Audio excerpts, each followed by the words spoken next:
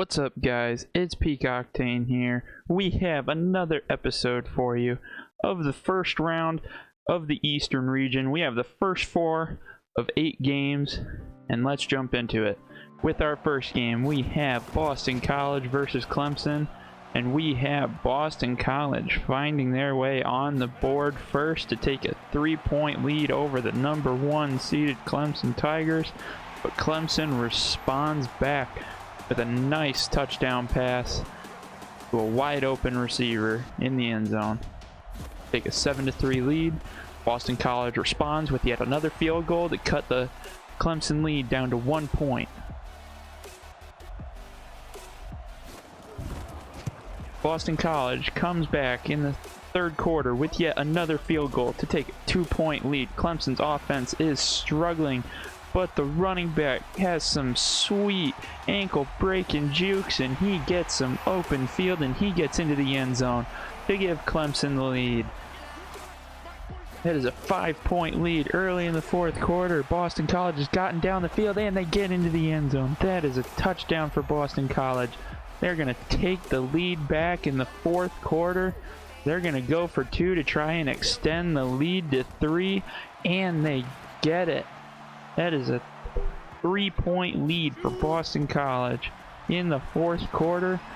And on the first play of the next possession by Clemson, they go all the way.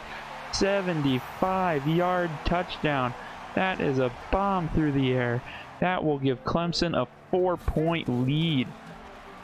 Boston College can't do anything with the ball, and Clemson takes advantage, and they get into the end zone to make this a 2-possession game midway through the fourth quarter. And Boston College come back. Boston College was able to find their way into the end zone and get a 2-point conversion, but they cannot get the onside kick. There is still a chance with timeouts, but Boston College defense cannot step up, and Clemson's offense is able to get the first down and run the clock out, and that will be your final score, 28-25. Clemson, the number 1 seed in the East, moves on to the round of 32. Up next, we have Tennessee versus Central Florida, and Central Florida gets a lucky break, and he is all the way for a touchdown. He makes one move, and he finds a ton of open field to get a 40-yard touchdown pass. Central Florida eventually gets the ball back, and they find the way into the end zone again. The tight end finds open space, and that makes it a 2-score game. Early in the second quarter, Tennessee's offense finally gets some traction, and they get into the end zone to cut the lead in half. Late in the second quarter, we have less than 2 minutes left in the half, and Central Florida gets a field goal. Tennessee responds, and with little time left on the clock in the first half, Tennessee gets into the end zone to make this a 3-point game. Tennessee was putting a nice drive together, and the quarterback fumbles it. Oh no. This gives Central Florida tremendous field position with the lead in the third quarter. The quarterback's gonna run it, and the Central Florida quarterback fumbles.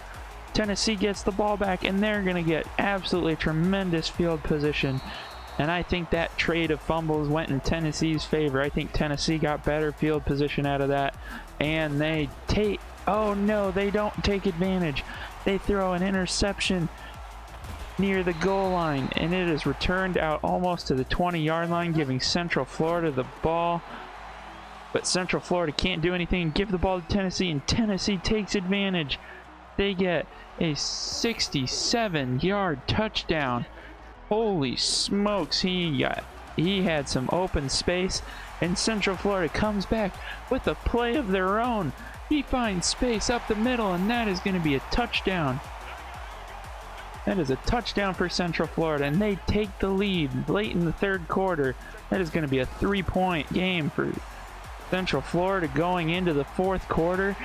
And then yet again, they get a play down the field, down the sideline, and he is into the end zone to extend this to a 2-possession game.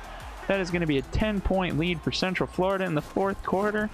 Tennessee cuts it back to one possession by getting a field goal, leaving it at a 7-point lead for Central Florida within the last minute. Central Florida just needs a first down on 3rd and 4, and they get it, and they are allowed to run the clock out from here as Tennessee has no more timeouts. And that will be a 31-24 victory for Central Florida as they will move on to play Clemson in the round of 32. Next up, we have the Pitt Panthers against Appalachian State. I believe they're the Mountaineers, but I honestly can't remember right now. And Pittsburgh on their first possession goes for it on 4th down with a trick play, and it does not work out in their favor.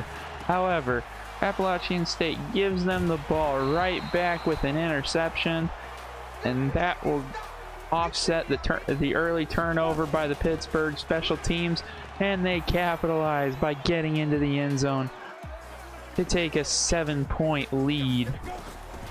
Early in the second quarter, and Appalachian State responds with a touchdown of their own to tie this game back up at 7. Both teams have found a way to get on the scoreboard. With less than 2 minutes to go in the first half, Pittsburgh takes a 3-point lead with a nice field goal. Appalachian State moved the ball down super quickly to get the tie going into the end of the first half. And much of the same early in the third quarter, Appalachian State moves down the field and gets a field goal. That will be a 3-point lead for Appalachian State. And they get an interception inside the 10-yard line. They have an opportunity to extend this lead to a 2-possession game. Unfortunately, they cannot find the end zone, and they will have to settle for the field goal, making this a 6-point game between them and Pittsburgh. Can Pittsburgh take advantage? And what an incredible catch by their wide receiver down the field. That is a sensational catch. Even though it is not for points, that catch is absolutely incredible. He just goes up, one-hands it over 2 defenders, and he is able to give Pittsburgh a first down and tremendous field position, let alone the momentum that goes along with making a huge play like that. And Pitt will use that momentum, and they will find their way into the end zone midway through the fourth quarter. They take a 1-point lead. With under a minute to go in the fourth quarter, Appalachian State is within field goal range, and they convert. That is going to be a 2-point lead for Appalachian State. At the last second, Pittsburgh's still going for it, and it is incomplete. Time is expired, and that will end the game. That is a 19-17 victory for Appalachian State, and as the 12 seed, no, they're the 5 seed. The 5 seed moves on to the round of 32.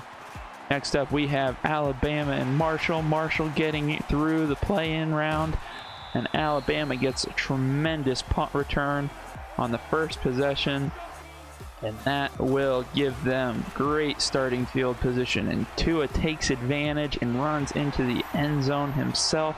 That is a touchdown for Alabama, taking a early 7-0 lead over Marshall. Marshall's trying to find the points for themselves, and they find their way into the end zone. They tie this game back up at 7. Both teams have found their way onto the scoreboard. Alabama's moved down the field again, and they find the end zone to put their lead back up to 7 points. Henry Ruggs, after that great punt return, finds his way into the end zone. Alabama's backed up deep, but that doesn't matter.